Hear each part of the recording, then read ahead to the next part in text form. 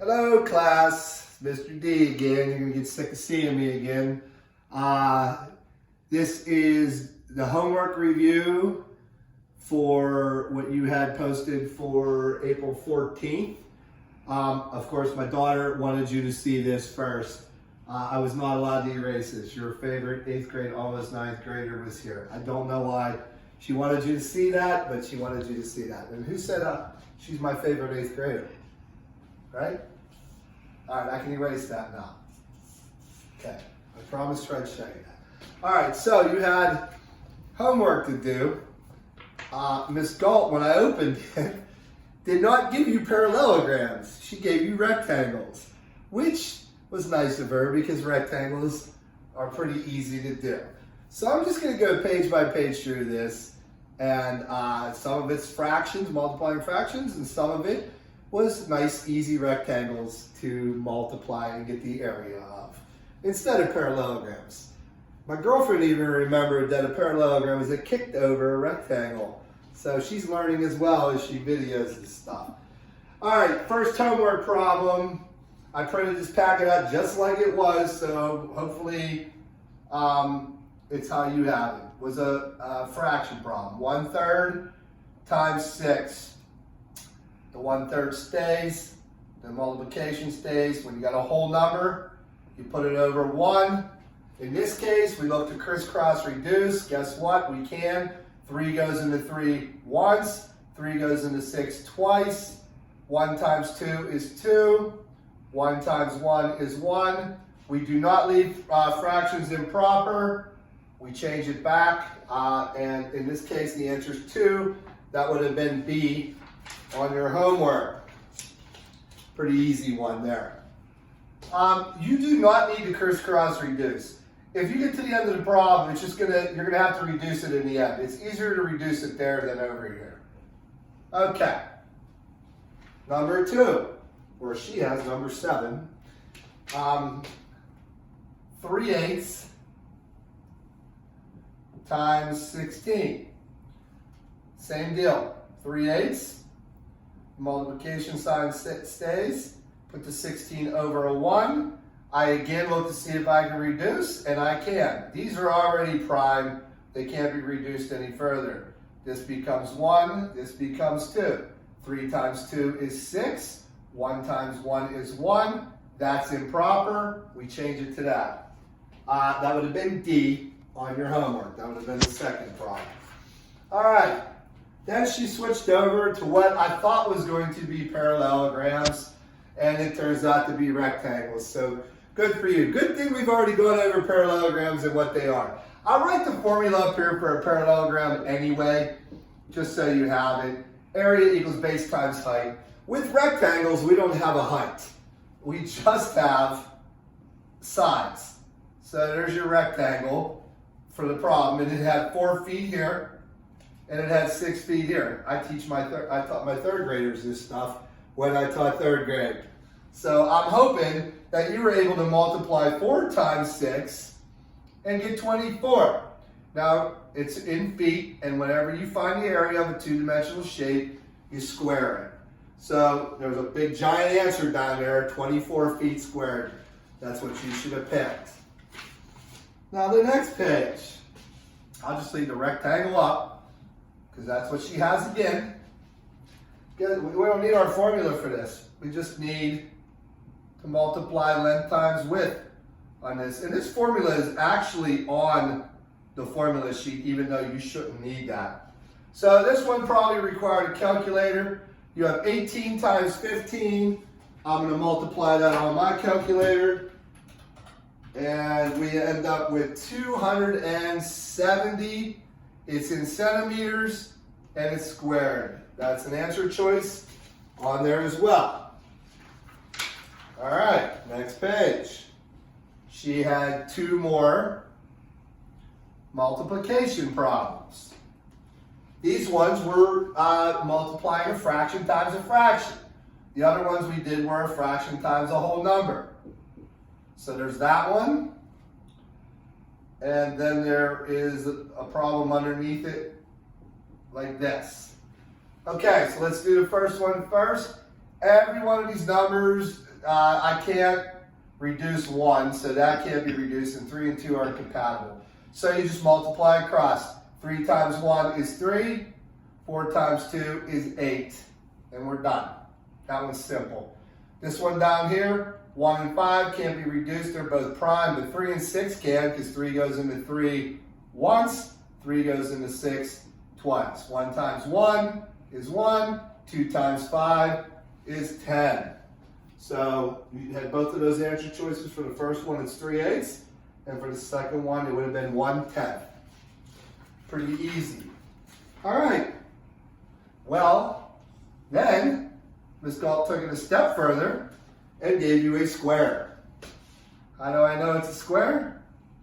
Because each side is the same. There's a 5 meters here and a 5 meters here. Same deal. You do not need area equals base times height. That's for the parallelogram. Square is simple. 5 times 5 is 25, and that should be meters squared. And that is an answer choice on here. Okay? Another rectangle. Boy, you guys should have probably had no problem doing this homework. Tomorrow's exit ticket will not have rectangles on it. Hopefully it'll have a parallelogram on there. I told Ms. Galt that she put squares on here and rectangles, and she was like, oh my God, can't believe I did that.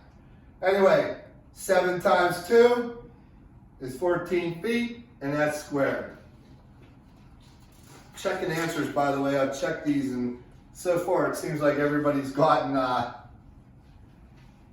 these right. I would hope so. Then they gave you some kind of weird diagonal rectangle like that. That's pretty good, actually. And it had an 8 meters here and a 4 meters here. It don't matter what way it's sitting, it's still a rectangle. And it's still going to be length times width. So 8 times 4 is 32, and that's meters squared. Once again, we don't need our formula because we are working with squares and rectangles. So we're almost through the homework already. Pretty simple lesson. The last problem that I see on here had 2/9 times 3. I take the 2/9, multiply it, I'll put the 3 over a 1, because we always put the whole number over a 1. I look to crisscross reduce, 1 and 2 are prime, they're as low as they can go, but 3 and 9 are compatible. 3 goes into 3 once, 3 goes into 9 3 times. 2 times 1 is 2, 3 times 1 is 3, and you should have gotten 2/3 for an answer. That's it. Simple homework. Tomorrow, though, there will be no rectangles or squares on there. I told her to add a parallelogram. Let's just review real quick what a parallelogram should look like. This is a parallelogram, okay? Now, with a parallelogram, you'll see a dotted line. That's going to give you the height, and they usually mark it with the 90-degree angle box, which isn't something you need to concern yourself with. My girlfriend said something earlier to me about, well, couldn't you find the area, or couldn't you find these angles of these things? And I said, yeah, but that's higher geometry. That's down the road when you probably get to 9th or 10th grade. Right now, we're concerning ourselves with just the area of the parallelogram itself. So let's just use centimeters for the heck of it. It could be anything. We have area, which is capital A. We have a base, which is 6. We have a height, which is 3. This would come to 18 centimeters squared. It's not much different than the squares and the rectangles. However, you're not looking for height in a square or a rectangle. You're looking for height in a parallelogram. And like I said, it's like somebody just kicked over the rectangle and he's kind of leaning. That is a parallelogram. You'll have these on tomorrow's exit ticket. Now, with that said, I looked at the homework. It seems like more and more kids are logging on and answering the homework. There's a Google spreadsheet that I get to see of who did it and what your answers were. I glanced at it, but there was probably 75 kids that did the exit ticket today, or not the exit ticket, the homework today. So now that we reviewed the lesson, tomorrow, it's Tuesday night, yeah. So this lesson's for Wednesday, really. So this lesson's for you for tomorrow. When you get up, you review my lesson on YouTube, and then you go and you do the exit ticket. I'm gonna grade the exit ticket, but I'm not sure what 9 weeks to put in. I said the third 9 weeks ends Friday, so I'll probably just hold on to it and put it in the fourth 9 weeks. If any of you have any questions about your grade for the 9 weeks, I know you've been logging on to Skyward. I haven't been on Skyward in a little while. I need to look to see. I got to go to the classrooms and refresh my memory on where everybody is with grades. All right, so that's where we're at. You need to do the exit ticket tomorrow. We'll grade it, see how it goes. Hopefully everybody does it. If you don't do it, I'll put a 0 in for the time being until you turn it in. All right, so if somebody's not turning their stuff in, they want to turn it in, they can. They can turn it in late, I'll accept it, only because of the situation we're in right now. All right, I think that's it. Tomorrow night, Wednesday night, I'll put a lesson out there for Thursday morning on area of a triangle. And I'll put that formula up there, and we'll do that. Plus, I'll add dividing fractions for your review. So this is the review of the April 14th homework, which was Tuesday night, or for Tuesday, I mean. The lesson that I'm filming right now is for Wednesday morning, April 15th. If you watch it tonight, if you're a late night person. And then you'll do an exit ticket Wednesday, April 15th after you watch this video, and turn that exit ticket in, and we'll grade it and see where you're at. Okay? All right. If you have any questions or concerns, I've been checking my emails and Google Classroom quite frequently. I get back to you. If I don't miss golf, we'll get back to you. We're both checking it.